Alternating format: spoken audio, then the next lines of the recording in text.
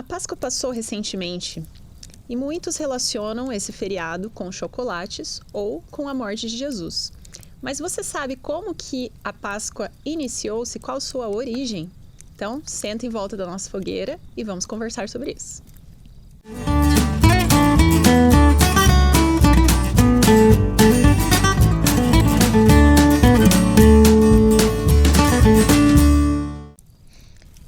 Esse feriado começou a ser comemorado quando o povo hebreu era cativo no Egito. Então, eles estavam escravos sob o jugo do Egito. E nós conhecemos um pouquinho da história que Deus levantou uma pessoa chamada Moisés e queria fazer a libertação do povo hebreu do cativeiro do Egito. E como que ele fez isso? Como que ele convenceu o faraó, que era o monarca ali do Egito, a libertar o seu povo?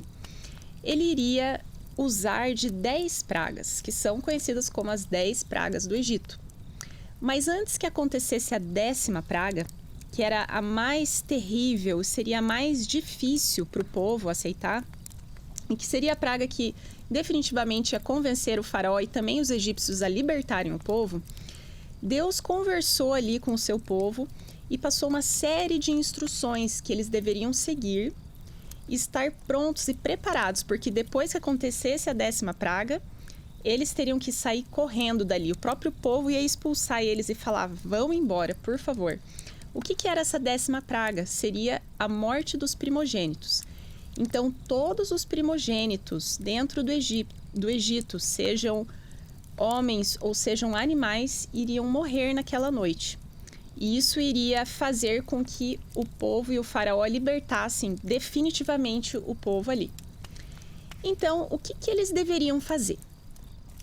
Eles deveriam estar prontos para sair, porque depois dessa praga ia ser muito rápido. Então, eles já tinham que estar vestidos com a sua roupa aqui de mais ou menos como eu tô, né? Mais adaptada à época, pronta para fazer uma caminhada.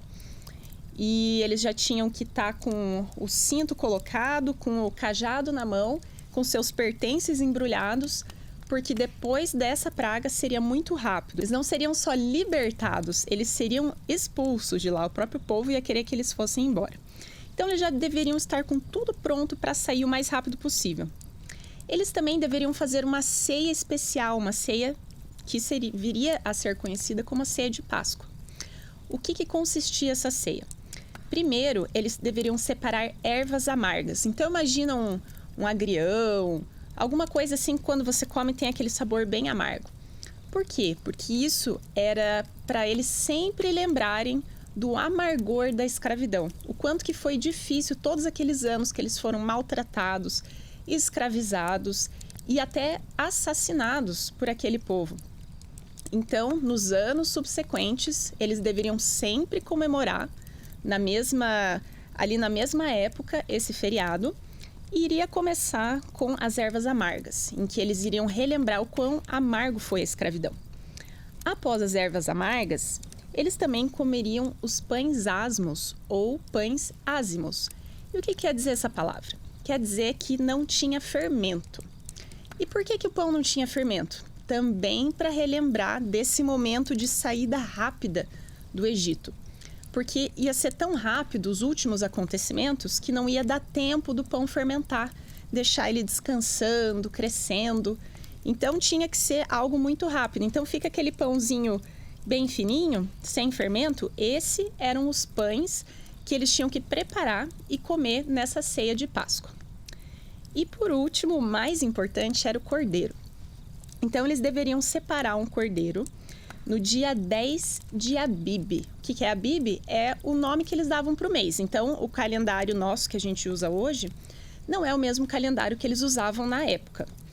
E aquele mês de Abib, a partir daquele momento, iria ser o primeiro mês do calendário judaico, que hoje também já tem um outro nome, mas naquela época era Abib.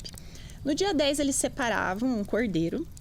Tinha que ser um cordeiro ali para o número de pessoas, né? Então, se a família fosse pequena, eles se juntavam com uma família de vizinhos, enfim, para dar mais ou menos o tamanho da refeição com o número de pessoas que iam se alimentar ali.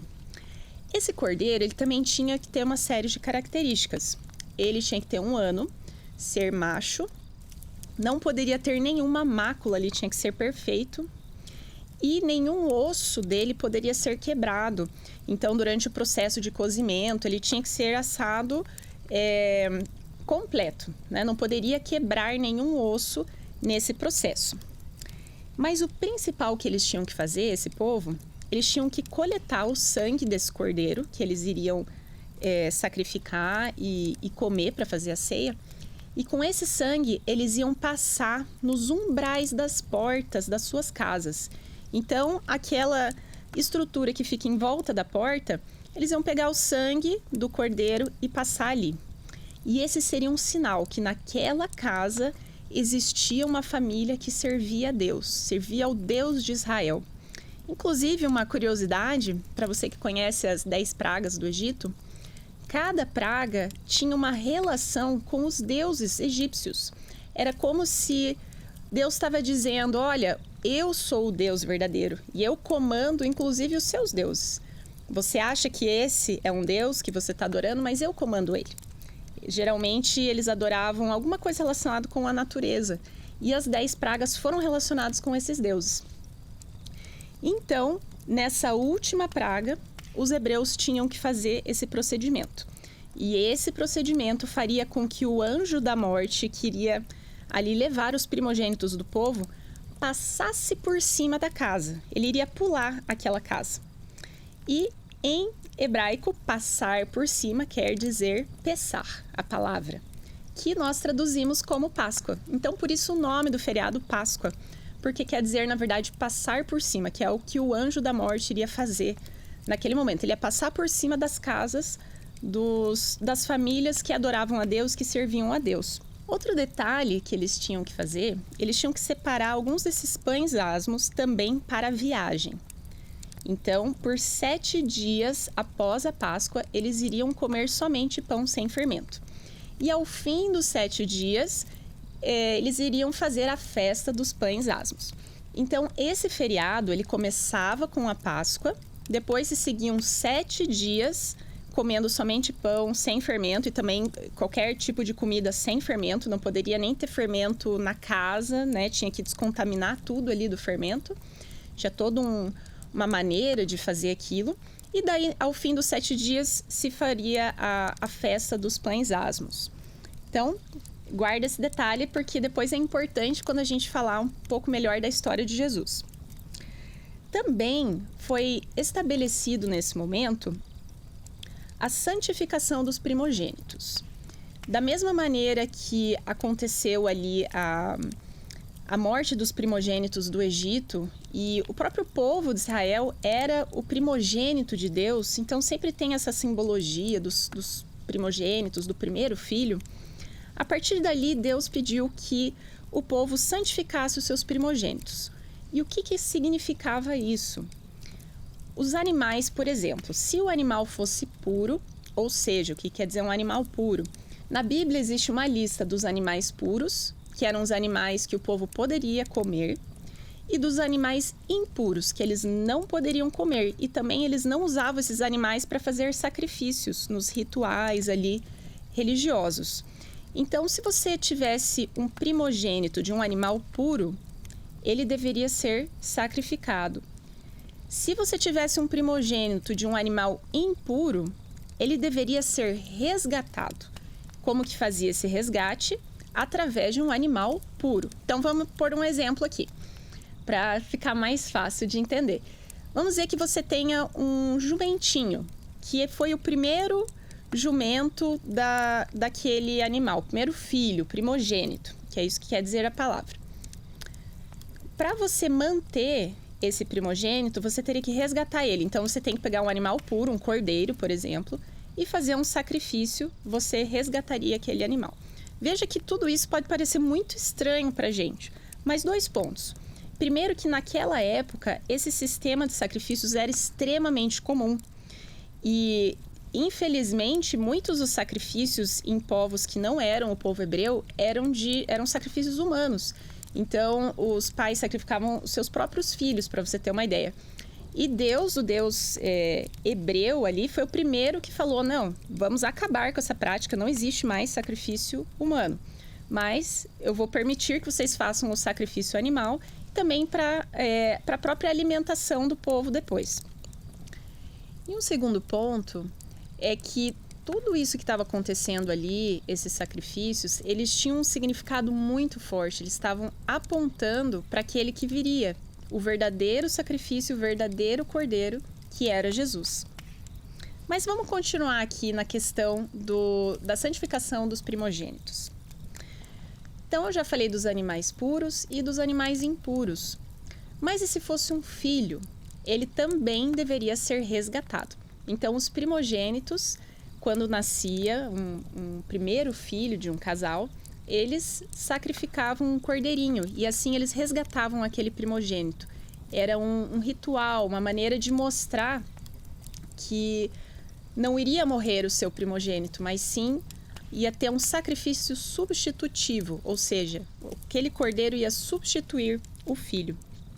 A gente vê ao longo da história, no Antigo Testamento, várias vezes em que Deus usou essa analogia do cordeiro para o ser humano ali entender que os seus erros, os seus pecados seriam colocados sobre um outro ser, que era simbolizado naquele momento por um cordeiro. Então você vê com Adão e Eva.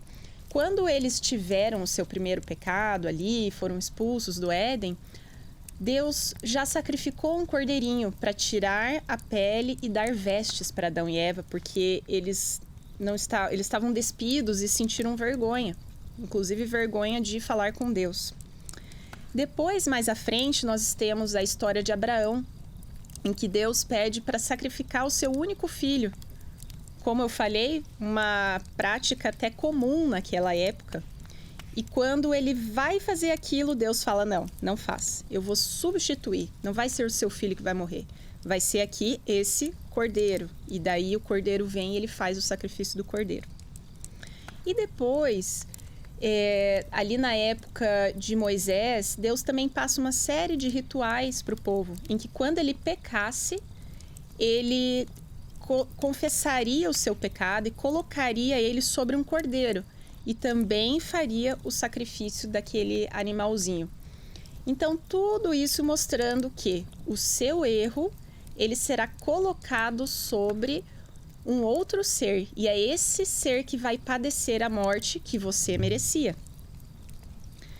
E aí nós vamos para Jesus. Muitos anos depois dessa história que eu contei aí, do povo saindo do Egito, das 10 pragas, da praga, a última, que foi a morte dos primogênitos. E realmente acontece como Deus fala, no momento que ocorre a morte dos primogênitos, o próprio povo fala, sai daqui, porque se vocês continuarem aqui, vai morrer todo mundo. Realmente o Deus de vocês é muito mais poderoso que o nosso Deus, então vocês estão liberados, podem ir para casa.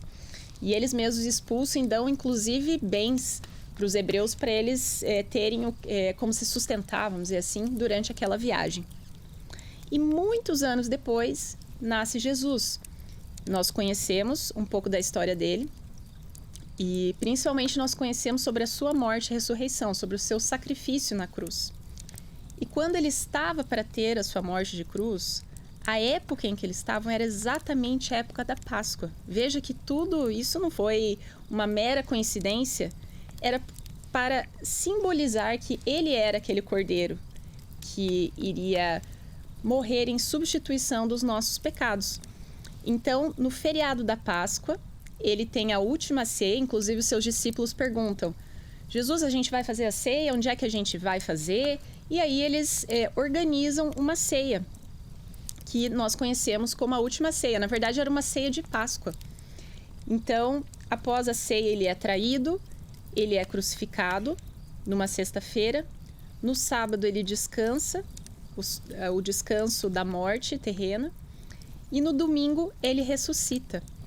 E veja que eu contei a história ali que depois da Páscoa, do feriado, tinha uma semana que eles deveriam comer pães asmos, pães sem fermentos. E no último dia dessa semana, tinha a festa dos pães asmos. Então, quando Jesus ressuscitou, ainda estava nessa semana que eles deveriam só comer os pães asmos, que também era uma semana muito especial. Tinha uma série de coisas que eles podiam fazer ou que eles não deveriam fazer. Tinha alguns dias que era feriado, eles não poderiam trabalhar. Então, era uma semana ainda que era muito especial e significativa para o povo hebreu. E quando Jesus ressuscita, ele aparece para os discípulos. Mas os discípulos inicialmente não reconhecem ele. Então, ele ensina várias coisas, conversa. E os discípulos, nada de reconhecer que era Jesus que estava ali na frente deles. Mas eles insistem com Jesus que Jesus entrasse na casa deles para ter uma refeição. E seria uma refeição exatamente dentro ainda da Semana dos Pães Asmos. E era uma tradição do povo, das famílias hebreias, que o líder da casa, o dono da casa, fosse quem partisse o pão e passasse ali para os seus convidados. E, contrariando a tradição, Jesus pega o pão e parte. Quando ele faz isso, os discípulos caem em si, que quem estava ali na frente deles era Jesus. O modo dele partir o pão, ele se colocar como o anfitrião ali daquela refeição que estava acontecendo, fez com que os discípulos reconhecessem que era Jesus que estava ali na frente. E quando eles reconheceram, Jesus desaparece.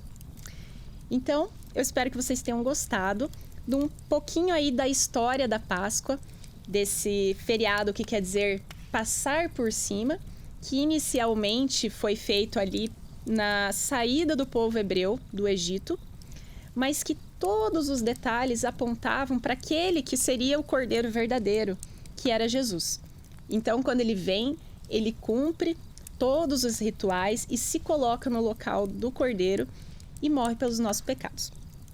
Então, espero que vocês tenham tido uma boa Páscoa. Estou um pouquinho atrasada aqui com o vídeo, mas eu achei interessante mesmo assim trazer esses detalhes para vocês.